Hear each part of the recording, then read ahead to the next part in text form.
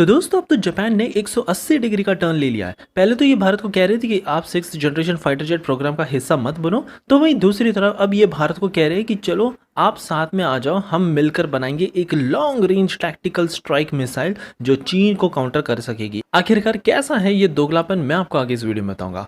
DRDO ने अपना एक सबसे बड़ा बाहुबली WHAP 8x8 अब ब्राजील को दिखा दिया है और अब यहाँ पर चिली, ब्राजील और कई तमाम ऐसे कोलंबिया जैसे देश बड़ा इंटरेस्ट दिखा रहे हैं इसको प्रोक्योर करने के लिए। पूरी बात क्या है ये भी मैं आपको आगे इस वीडियो में बताऊंगा। इंडियन एयरफोर्स की तरफ से भी एक बड़ी अपडेट आई है।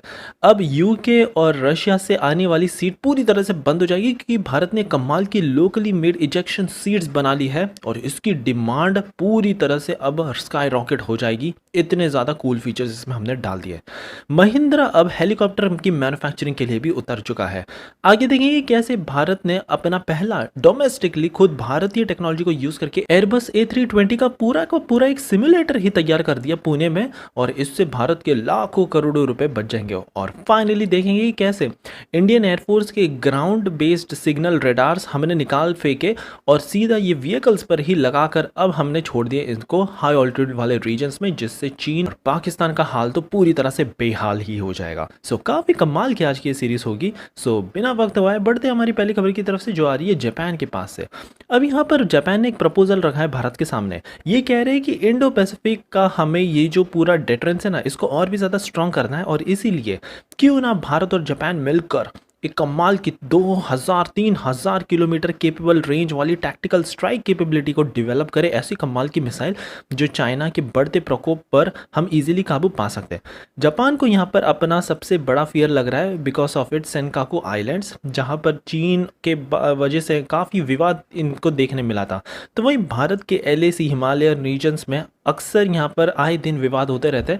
गलवान क्लैश भी यहीं पर हुआ था। सो जापान का कहना है कि ये अमेरिका के टैमोहॉक क्रूज मिसाइल पर डिपेंड रहते थे जो 1600 किलोमीटर की रेंज प्रोवाइड कराता है और अगर इसको B-21 बॉम्बर पर फिट कर दिया जाए तो ये पूरी तरह से अनबीटेबल ही बन जाता है। सो क्यों ना इनके ऊपर से डिपेंडेंस खत्म करके हम खुद का ही भारत के साथ मिलकर एक ऐसा कमाल का सिस्टम बनाए 3000 किलोमीटर रेंज का जो चाइना के ऑलमोस्ट सभी क्रिटिकल रीजन्स को कवर कर सकता है और किसी भी एरिया पर टारगेट कर सकता है।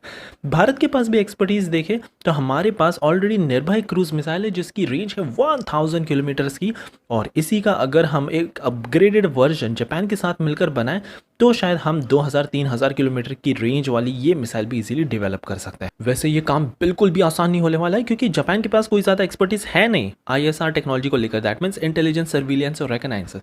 भारत के पास भी है लेकिन हमें फिर भी फॉरेन प्लेयर्स पर निर्भर रहना पड़ता है। सब देखने लायक होगा कि अगर इसको पूरी तरह से हमको डोमेस्टिकली बनाना है तो कैसे हम ये अंजाम दे सकते हैं। हमारी अगली खबर DRDO की तरफ से आ रही है।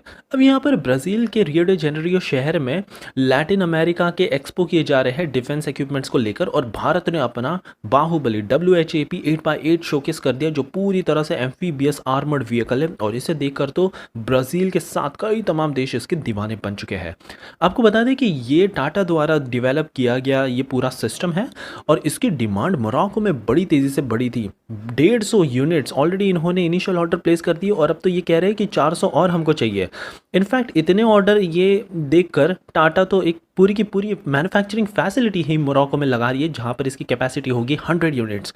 तो अफ्रीका के मार्केट को तो हम कैप्चर करते जा रहे हैं, अब हमारी नज़र है लैटिन अमेरिका के मार्केट में और ऑलरेडी हमने चाइनीज़ काउंटर पार्ट्स को तो पछाड़ दिया है टेस्टिंग के मामले में और ये टेस्टिंग भारत ने खुद नहीं इनफैक्ट मोरक्को ने किया था। सो अब लैटिन अमेरिका के देश इनके एग्जाम्पल को लेकर अपनी फ्लीट को और भी ज़्यादा मजबूत कर सकते हैं। करंटली ब्राज़ील, चिले और कोलंबिया ये अपग्रेड करने में लगे हुए हैं, मॉडर्नाइज कर रहे हैं अपनी आर्म्ड फोर्सेस और भारत के लिए एक बहुत बड़ी अपॉर्चुनिटी हो सकती है। हमारी अगली खबर इंडियन एयरफोर्स की तरफ से आ रही है। आपने देखा होगा फाइटर जेट्स में ये जो इजेक्शन सीट्स लगाए जाते हैं ये आप जानकर शौक रह जाओगे, भारत बनाता ही नहीं है। हमको पूरी की पूरी ये सारी सीट्स UK यूके या रशिया से मंगानी पड़ती है। यूके की कंपनी है मार्टिन बेकर, इनकी काफ़ी अच्छी खासी टेक्नोलॉजी है। लेकिन अब भारत ने सोचा कि चलो बस हो गया, जितना मंगाना था बंद करो। अब भारत खुद ही ये सारी सीड्स को लोकली डेवलप और मैन्युफैक्चर करेगा। और यहाँ पर इसके टेक्निकल स्पेक्स भी अब निकल चुके हैं। बहुत ही ज़्यादा स्ट्रिंजेंट स्पेसिफिकेशन हमने रखा है सो दैट हम इसको ग्लोबली एक्सपोर्ट करें और कोई परेशानी ना आए। सबसे पहले तो बताया जा रहा है कि ये इतने ज़्यादा वर्सेटाइल होंगे कि हमारे लाइट से लेके मीडियम से लेके हैवी किसी भी फाइटर जेट पर एक ही सीट को हम फिट कर सकते हैं, चाहे वो तेजस हो, सुकोई 30 MKI या फिर फ्यूचर के एम का fighter jets. All weather ejection यहाँ पर ये बताया जा रहा है, चाहे ज़मीन से काफ़ी क्लोज इजेक्शन करना हो या फिर हाई ऑल्टीट्यूड 50,000 फीट से भी अगर इजेक्शन करना हो पायलट को, तो ये इजीली कर सकता है from Himalayan peak. Orientation agnostics की भी बात करें तो यहाँ पर बताया गया है कि चाहे कैसी भी पोजीशन हो फाइटर जेट्स की, उल्टा सुल्टा कैसा भी, अगर पायलट ये बटन दबाता है तो ये पूरी तरह से काम भी करना चाहिए।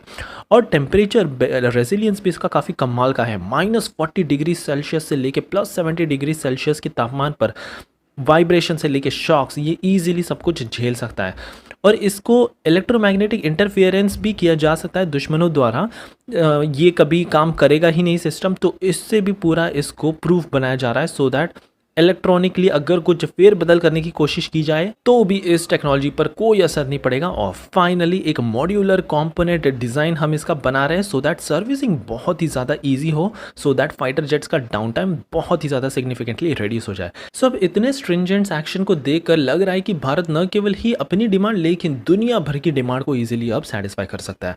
हमारी अगली खबर महिंद्रा की तरफ से आ रही है। अब ये हेलीकॉप्टर्स के एक काफ़ी क्रिटिकल फ्यूजलेज की मैन्युफैक्चरिंग में उतर चुके हैं। एयरबस का A130 चॉपर जो कि बहुत ही ज़्यादा पॉपुलर है इंडिया में, और इसकी डिलीवरी भी शुरू हो जाएगी 2027 के फर्स्ट क्वार्टर से। हमने बहुत बड़े इसके ऑर्डर प्लेस किए। सो अब महिंद्रा एरो स्ट्रक्चर्स इसके सारे फ्यूजलेज भारत में ही मैन्युफैक्चर करेगी। और यहाँ पर कंपनी की तरफ से भी एक बड़ा कमिटमेंट आया है कि ये तो बस एक शुरुआत है, आने वाले समय में तो एक पूरा का पूरा इकोसिस्टम ही ये बना देंगे। हमारी अगली खबर भारत के फर्स्ट इंडिजिनस एयरबस A320 के सिमुलेटर की तरफ से आ रही है। भारत एक बहुत ही बड़ी अच्छी खासी फ्लीट ऑपरेट करता है एयरबस के A320। बहुत ही ज़्यादा ये पॉपुलर एयरक्राफ्ट है और इसका जो फ्यूल एफिशिएंसी है और बाकी के डायनामिक्स है वो भी काफ़ी ज़्यादा अच्छे हैं। इनफैक्ट भारत ही नहीं, दुनिया के कई तमाम देश इस एरोप्लेन को ऑपरेट करते हैं। लेकिन प्रॉब्लम यहाँ पर ये थी कि हमारे जो न्यू पायलट्स थे इनको ट्रेनिंग देने के लिए हमको भेजना पड़ता था सीधा यूरोपियन देशों में, बट अब नहीं। अब भारत ने अपनी ही देसी टेक्नोलॉजी से ऐसा कमाल का ऑलमोस्ट रियल वर्ल्ड एक्सपीरियंस देने वाला ये सिमुलेटर तैयार कर लिया है कि हमारे करोड़ों रुपए अब यहाँ पर बच जाएंगे। टेक्नोलॉजी की बात करें तो cutting edge features, realistic visuals, motion systems, advance software जो कि रियल वर्ल्ड फ्लाइंग कंडीशंस को मिमिक करते हैं, फिर इमरजेंसी प्रोसीजर्स, पायलट कैसे नेविगेट करे in terms of emergency situations, फिर एफिशिएंसी को कैसे प्रायोरिटी रखनी है, और कई तमाम ऐसे tools and tips and tricks easily हम इस सिमुलेटर से अब हमारे ट्रेनिंग पायलट्स को दे सकते हैं।